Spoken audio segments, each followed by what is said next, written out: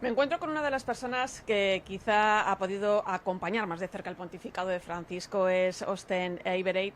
Él es periodista, es autor también de dos importantes biografías sobre el Papa Francisco y un tercer libro escrito a cuatro manos junto al pontífice Austin. Bienvenido, muchas gracias. Gracias, Irene. ¿Cómo recibió personalmente la noticia del fallecimiento del Papa y cómo, pues cómo lo aceptó también a nivel personal?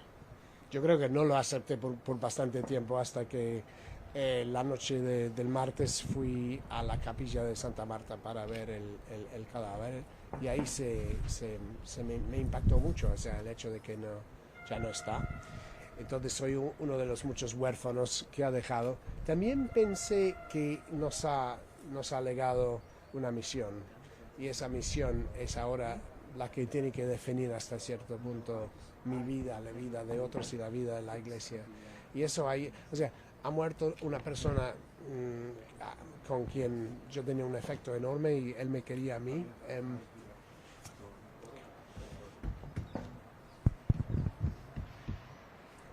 Te emocionas. Creo que nos ha pillado a todos un poco de sorpresa, Austen, ¿no? Porque además, como le vimos pues justo el domingo de Resurrección, ¿no? Subirse a ese papamóvil, ¿no? Y pensábamos que de alguna manera pues que el Papa se estaba recuperando, ¿no? Todos hemos llegado aquí a Roma con esa sensación de incredulidad, ¿no? Hasta que de repente nos hemos encontrado, pues de frente con la realidad, ¿no? Sí, otra cosa que se me ocurrió siempre fue un maestro de timing, siempre le encantaba adelantar y sorprendernos.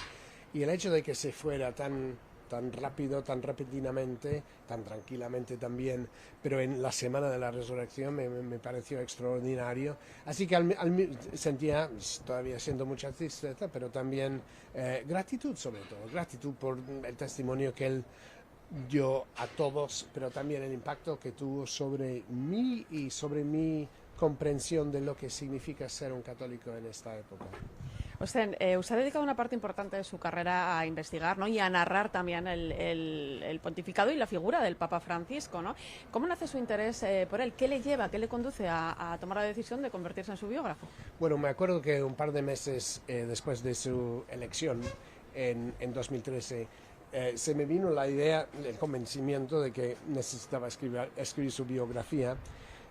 Yo era jesuita en alguna época, novicio jesuita, o sea que espiritualidad ignaciana conocía, pero también conocía la Argentina por haber hecho una tesis de doctorado sobre la iglesia en la Argentina. Entonces me sentía un poco preparado, por eso me atreví a pensar que podría hacerlo.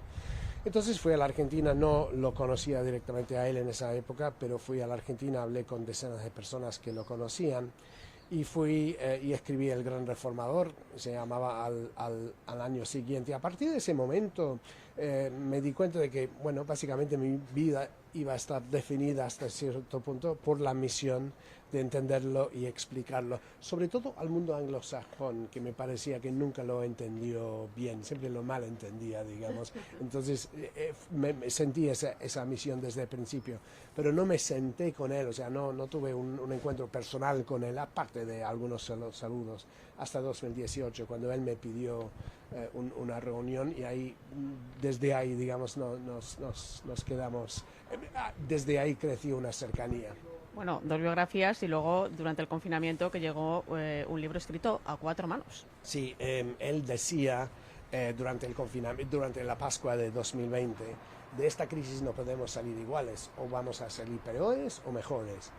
Entonces yo me di cuenta en ese momento, bueno, sobre todo en su momento Moisés en la plaza, y me recordó lo que los jesuitas argentinos siempre me hablan de él como un piloto de tormentas. Es decir, en los tiempos de turbulencia, de crisis, él tiene una gran capacidad de ver el horizonte más allá y entender a qué nos está llamando Dios en esa crisis. Dios está presente, pero nos está pidiendo una conversión, y es la gracia que nos ofrece Dios, es eso. Entonces, ¿cómo nos abrimos a esa gracia?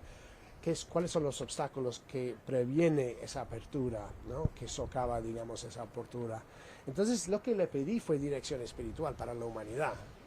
Estaba convencido, entonces le escribí y le dije: padre, me parece que usted nos debería explicar la hoja de ruta para salir mejor de esta crisis, un libro pequeño dedicado a toda la humanidad. En verdad, Irene, no sé de dónde vino mi presunción, mi atrevimiento, pero me escribió una carta diciendo que admiraba mi parresía, mi valentía apostólica. Entonces yo creo que él vio en eso algo que... Entonces me dijo, vamos, hagámoslo, pero voy a necesitar mucha ayuda tuya. Entonces empezamos a trabajar juntos en el libro y tuve 3 meses muy intensivos donde yo le escribía las preguntas, él contestaba grabando en el móvil de su secretario, que me los enviaba como archivos de audio. De ahí iba montando el texto y él lo refinaba. Pero fue más complicado de eso porque teníamos también un equipo de traductores. Y lo que más me acuerdo de ese tiempo fue cómo es trabajar con él. Él era como si él estuviera parte del equipo, no es que tuviera un equipo a su disposición. Porque varias veces me pidió disculpas, no, pero usarlo si te parece, pero si no te parece, no usa. O sea, siempre disponible, siempre a nuestro servicio. Fue una maravilla trabajar con él. Y ahí vi y entendí su humildad. Se habla mucho de su humildad, pero es real y lo vi en ese momento. Además, aprendí que realmente respeta el trabajo. Siempre me hablaban en la Argentina de su ética de trabajo. Aquí en el Vaticano se decía, si quieres hacer algo rápido, tiene que ser el Papa, porque ¿no? es muy, muy rápido. Cuando tiene una claridad, cuando no tiene claridad, espera, contempla hasta que haya esta claridad. Pero fue una experiencia maravillosa trabajar con él. Después vinieron muchos encuentros. Y después, cada vez que estaba en Roma me recibía, otra vez no sé por qué, pero siempre me recibía, varias veces, muchas veces, por año.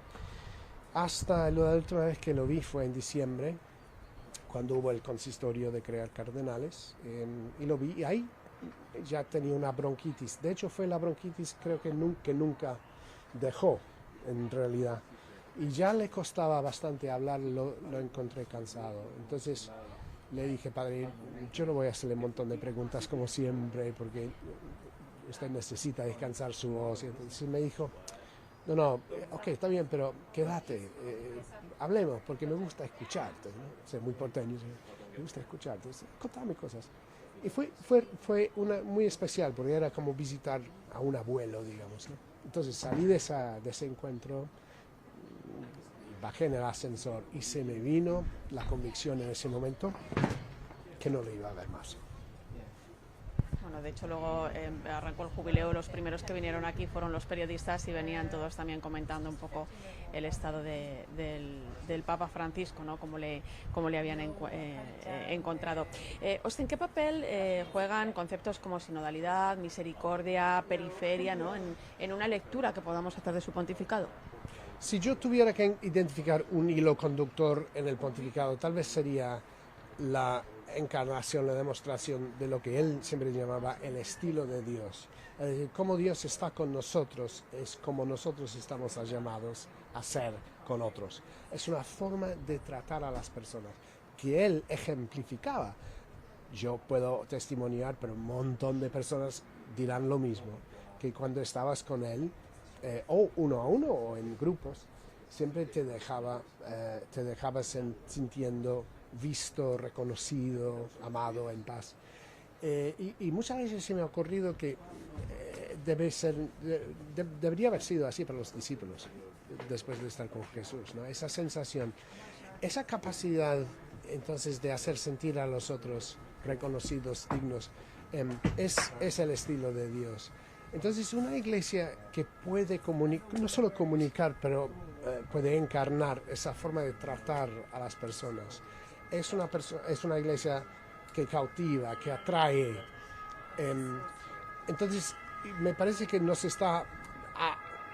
estuvo preparando por una nueva época en la que la iglesia no es una institución prestigiosa, potente, mandando desde arriba, sino que testimonia desde abajo, como en la iglesia primitiva. Me parece que está muy bien descrito en una carta pastoral de los obispos del norte de España. El contraste paciente se llama su documento. La paciencia, la capacidad de vivir aguantando, confiado en la acción de Dios, y mientras tanto una disposición a acoger a todos, de servir a todos, y una atención al sufrimiento sobre todo.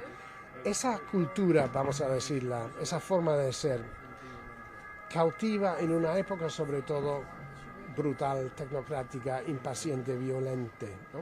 Entonces me parece que estamos entrando en ese tipo de época. Él entendía eso, él siempre hablaba del cambio de época y nos estaba preparando para esa conversión y mostrándonos cómo hacerla. Y en la sinodalidad nos legó el mecanismo, digamos, la escuela para aprenderlo. ¿Cómo crees que ha sido recibido su mensaje en diferentes contextos, no solo eclesiales, ¿no? Sino también fuera de la iglesia, ¿no? Y también culturalmente hablando? Yo se me he encontrado desde que empecé a escribir sobre Francisco y a hablar sobre él. Y claro, muchas personas me preguntan qué hago, qué sé yo. He visto muchas reacciones de muchas personas a lo largo de los años. Y lo que siempre me ha impresionado son los que no tienen nada que ver con la iglesia ni el cristianismo. Todos están impresionados por él y cómo es él.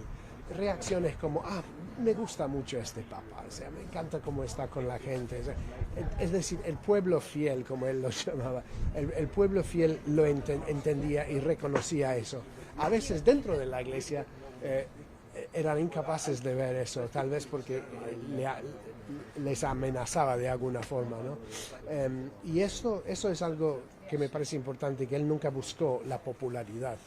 Él buscó hacer la voluntad de Dios y sabía muy bien que a algunas personas no les agradaría porque amenazaba con algo que les era importante, que no era del Evangelio.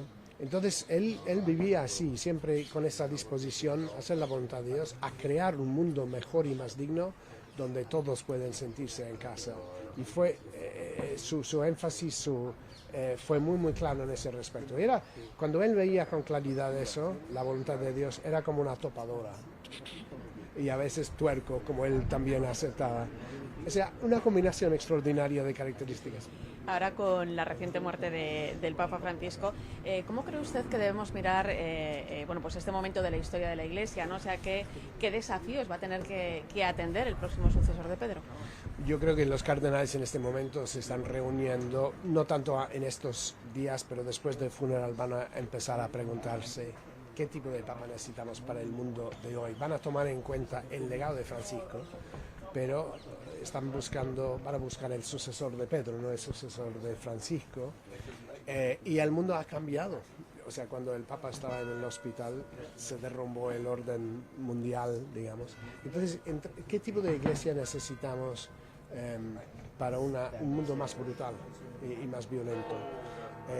¿Qué tipo de líder de la iglesia que puede crear las condiciones para un futuro renacimiento social? Y como decía antes, eso es lo que yo imagino que estarán pensando en este tipo de prioridad.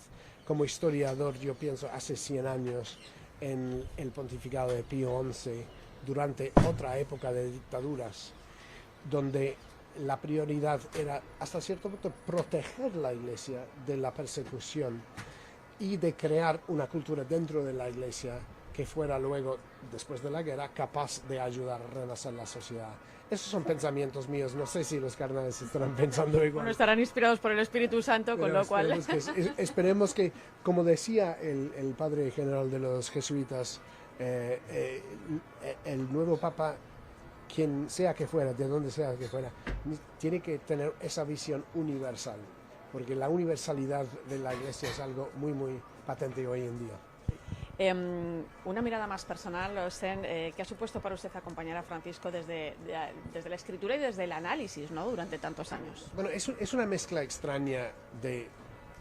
Soy escritor, escribo sobre él, lo analizo, he escrito su biografía. Al mismo tiempo soy un discípulo, no soy nada objetivo, en el sentido de que para mí ha sido un maestro cristiano, ¿no? Y me ha enseñado cómo seguir a Jesús. El Evangelio de Jesucristo según Papa Francisco, digamos, es lo que yo ahora tal vez define mi vida. Así que yo no pretendo en ese sentido ser y algunos me critican por no ser tan objetivo, pero siempre he querido entenderlo desde adentro. Me he sentido tal vez identificado con él. Ha sido también el padre espiritual que inconscientemente yo buscaba. Así que ahora me siento huérfano, un futuro tal vez donde no voy a tener el mismo trabajo, pero siento la obligación de compartir este don, el don de este pontificado, el don que se ha convertido en una misión para el mundo de hoy.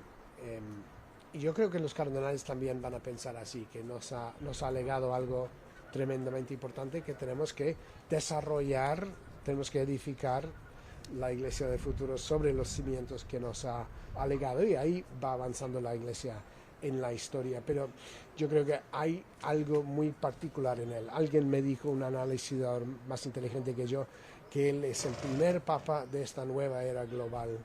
Y entonces yo creo que los sucesores de Pedro del futuro van a seguir esta misma hoja de ruta, porque creo que es la única realmente en este mundo. Es decir, comunicar el Evangelio sin eglosa, el Evangelio desde la humildad, desde la sencillez, desde la impotencia, viviendo de la gracia en un mundo cada vez más aferrado, digamos, al poder y al prestigio, a la violencia. Es la única forma de testimoniar el Evangelio. Yo creo que en ese sentido el legado de San Francisco va a durar mucho. ¿Ha cambiado su propia visión de la Iglesia o su espiritualidad como resultado de todos estos años de este trabajo? Yo me identificaba mucho con la espiritualidad ignaciana antes de escribir su biografía. Él me enseñó cómo se aplica la espiritualidad ignaciana, el discernimiento, en las decisiones que se toman día a día desde un punto de vista de liderazgo. Y yo he estado con él a veces he estado con él, le he preguntado algo y puedo ver en el acto que está haciendo el discernimiento, él está palpando en su corazón lo que el Espíritu le está diciendo. Y yo, trabajando con él sobre el libro, escuchando sus grabaciones, yo aprendí a percatar eso. Yo llegué a entender cuándo el Espíritu le llevaba, porque después salía con una cosa tremenda, pero porque el Espíritu le había movido. Pero sabía discernir con tanta naturaleza que no era parte de él. Y los que lo conocen bien dirán lo mismo, que un discernidor. Él siempre decía, porque muchas veces le preguntaba, padre, ¿por qué esto? ¿Por qué se le ocurrió hacer eso? Y me decía, normalmente me decía, no sé, una cosa que vino de corazón, me decía, surgió del corazón. Un poco frustrante cuando uno está buscando una explicación coherente, sí, nació aquí. No, pero él estaba sincero, se le ocurre, va confirmando en su corazón el espíritu de la consolación. Es decir, él realmente ponía al Espíritu Santo como el verdadero protagonista de la Iglesia y me mostró cómo es que se puede hacer. Una última cosa, un momento, un gesto, una palabra, ¿con qué se queda uno? Hubo tantos momentos con él, pero tal vez la última vez que lo vi en diciembre, ¿no? Cuando nos quedamos hablando y él me miraba con mucha ternura y me decía simplemente, no, me gusta escucharte, contame, una cosa muy, muy paterna, ¿no? Y me encontré anoche con una persona también muy cercana a él, una argentina, y me decía, che, usted no has pensado que nosotros hemos sido amigos de un papa, queridos por un papa. ¿Qué cosa es eso, no? Y es verdad, es extraordinario, nunca lo habría soñado. Muchísimas gracias, Austin, ha sido un placer y te agradezco este testimonio profesional y personal también que nos has ofrecido. Muchas gracias. Gracias.